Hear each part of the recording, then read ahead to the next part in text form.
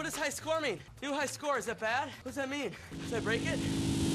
Hello everyone, welcome to Veteran Gaming Raid Shadow Legends. I am Aaron, and today we are going to be pulling some shards. We're going to be pulling some ancient shards because there is a 2-time chance of epic and legendary champions from your ancient shards on top of an extra 10 buy modifier for Harima. And I actually already have Harima, but the only thing better than one Harima is 2 Harimas. So if I got another one, I wouldn't be too sad, although my roster could use some additions some other places. The other main reason is there is a champion chase event going on for Scorid right now. So we need to continue to collect these wonderful little guys to get Bouth the Rancids, the epics. That way we can fuse Scorid and get our amazing Scorid Hexene Hydra champion up and running soon, and to complete that fusion. So I think I already have 600 some points for the champion chase tournament. Because I waited to fuse those Bouth skunk guys until the Champion Chase tournament started, which gave me a little bit of a leg up being able to fuse 2 of those right away. I will be able to fuse another one, and I believe, each epic is 250 points. So from, the Classic Arena, and then from Champion Chase, we need getting some of these, so if I leave it 250 shy on pulling shards, I'll be fine because I'm going to get a couple more fusions up and running. So, holy cow, tournaments, could you be any slower? Going full screen on this just kills the response time. But there we go. We're finally out. So the moral of the story is we're going to pull some shards. I don't know how many exactly because your point value changes based on what kind of champion you pull, right? You get more for legendaries than you do for epics. You get more for epics than for rares, so on, so forth, yada, yada. I don't really have much of a wish list going on other than the fact that I really wouldn't mind another Bouth. Did I click on the wrong one? No, I am. Where is he? Oh, he's an epic. That's right. So the skunk dude's really interesting to me because I feels like another Wixwell possibility for an infinite shield team because he also increases the duration of all ally buffs by 1 turn. So might be able to use him in an infinite Wixwell team.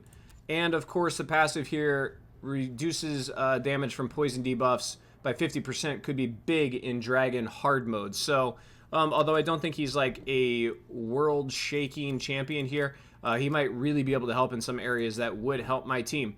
But obviously, I could use like a Farrakhan the Fat. A Fat Man would be great too. So there's plenty of opportunity to build my roster. The one thing I really don't need are Doom Priests, because every time I pull shards, I swear I've gotten a Doom Priest from a Void Shard, which isn't even possible. I swear. I get Doom Priests left and right. So here we go. We're going to pull some. See how we get. Probably not pull more than 40 or 50. I would like to keep some in the bank. I could also fragment summon Shayak. I have him in the wings. I'd like to wait for personal rewards, clan versus clan for that. But if we're just striking out left and right, then I might have to rely on that. But right now, we are 150 shards into Mercy, I think. I pulled the last one for Shemnath, the guaranteed, and got absolutely nothing until I got the guaranteed Shemnath. So my Mercy should be starting to creep up there. I don't think I've actually hit Mercy yet, but we'll see. I wouldn't even be upset if we did like another 50, got no legendaries, because that primes my Mercy for like the next 1x1 event or 1+1 event for Ancient Shards. But we'll see what we get here. Maybe we just get wildly lucky and we're just getting legendaries left and right. That's ultimately the goal. All right, I've talked about it enough. Oh, do I have enough spots? Maybe I haven't talked about it enough. Before I pull, we got 40 spots. You know what? I'm going to make a little bit of room, and then I'll come right back. All right, we're back. I got 50 spots now. We're not going to pull more than 50. So here we go. Let's cross our fingers, get some good luck, get some good RNG. The last time I pulled Ancients, I had terrible luck. So hopefully we get some good stuff here. An epic? Whoa, gold! Aostrid! Aostrid, what a pull! What an absolute pull. Aostrid Dream Song. Huge speed arena lead. 28% once you get Ascension unlocked. Really, really great. And then what we got here on the A1. Attacks one enemy, has a 50% chance of placing sleep, which will book up to a 75% chance. If they're already under decreased speed or weaken, has a 75% chance of placing the sleep. So once you have it booked, it'll go to 100%. So if they have decreased speed or weaken, they're going to have 100% on the A1. AoE A2 has a books up to 100% chance to place that decreased speed, the big version, and the big version of Weaken for 2 turns also decreases turn meters of all enemies by 15%. So decreasing turn meters, slowing, and weakening, that's a huge AoE ability on the A2, and will book down to 3 turns. That's lovely. On the third ability here, places the big increased speed and increase attack on allies for 3 turns, which will book down to a 4 turn. So essentially always granting increased speed and increased attack, and fills turn meter of all allies by 15%. Really, really cool. Love that. And then on the passive, whenever this champion or ally has their turn meter increased, which we've already talked about can happen on the A3 here, heals all allies based on their max HP, percentage value equal to half of the turn meter increase. All right, kind of interesting. But I've seen this champion everywhere. She is very, very strong. This is a massive addition to the team. And a Wyron in the Silken. I don't know anything about you. A support, what do we got? Decreased attack on a one-hitter. Fills all turn meters. We just talked about that being good. By 15%. And increased speed for 2 turns. That'll book down to 4 turn. And we have another Reviver for their faction. And comes back with 50% HP and 30% turn meter. And a continuous heal, and then speed in ally crypt. So, man, I'm telling you right now, I don't know why, but the game loves my, get out of there, my Sylvan Watchers. I now have Aostrid, Elva, and Feral, so I got 2 supports and a defense. You can't, and on top of Ornn, I guess I just can't be killed. Now I have a Wyron in 2. I really, really, really need to get my, where he is, Cryodan up and running here, because Naya, like, I'm starting to really fill out the Sylvan Watchers. It's going to be really nice. Aostrid's phenomenal, though. Incredibly happy with that. I mean, a 5 in Hydra, a 5 in Faction Wars, 4.8 in offense. Good scores. And I know a lot of these scores you take with a grain of salt because they're just in-game scores, but Aostrid's amazing. Really, really pumped to get her. So, man, hard to beat that luck right away. Let's see what else we can do. We're going to have to pull probably at least 20 more. But it kind of depends on what we get here. So pumped for Aostrid right away, though. All right, there's all blues. There's our terrible pull. Now that we got that out of the way. Great first pull. Terrible second pull.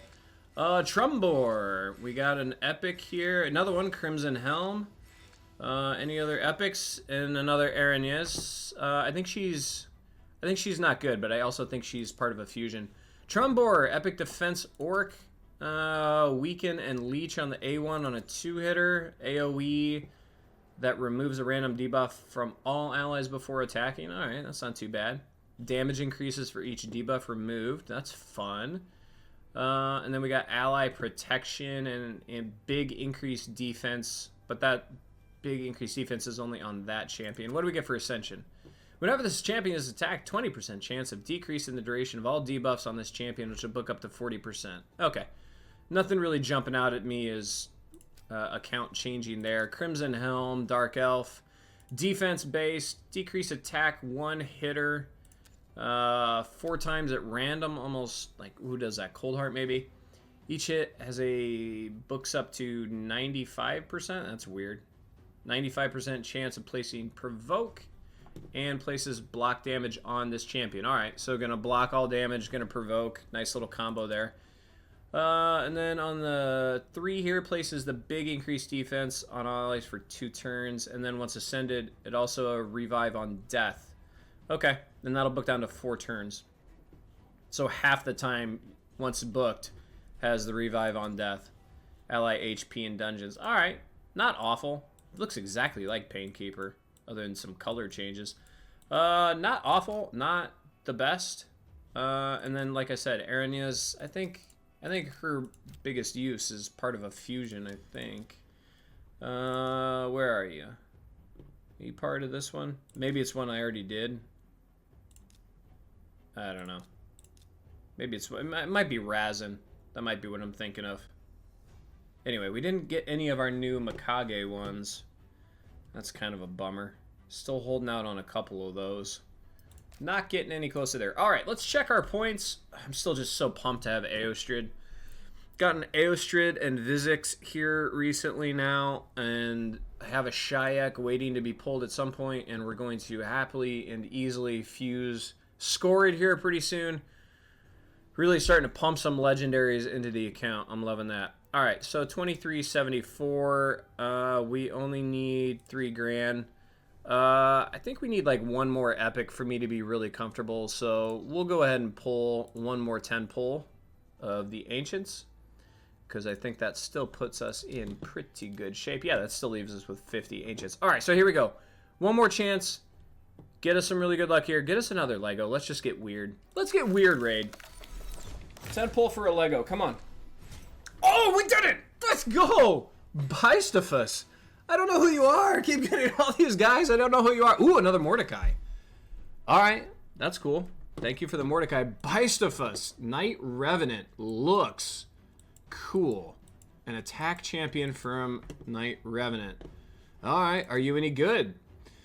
Let's see. Attacks one enemy. Has a 50%, which will book up to 65% chance of placing block active skills debuff for 1 turn. That's fun.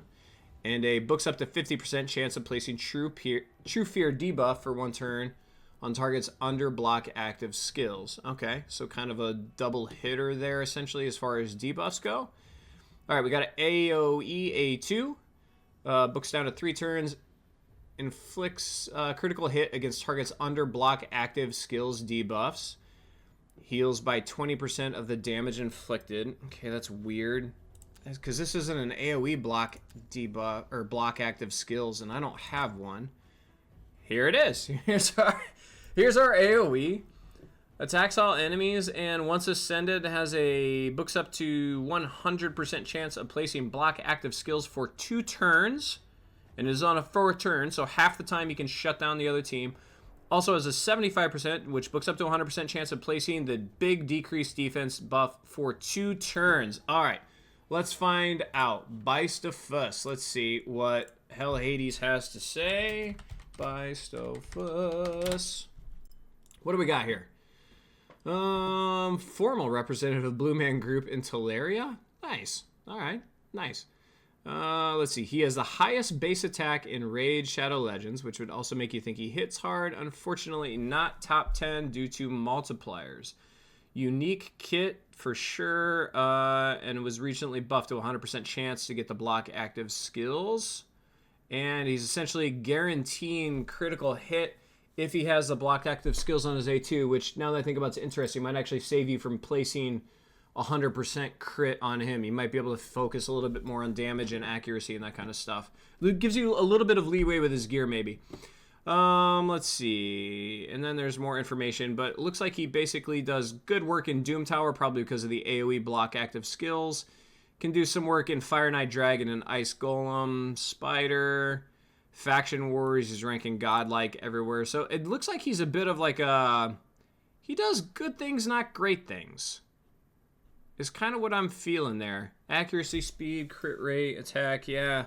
Kind of interesting because you don't necessarily need the crit rate except on the A1.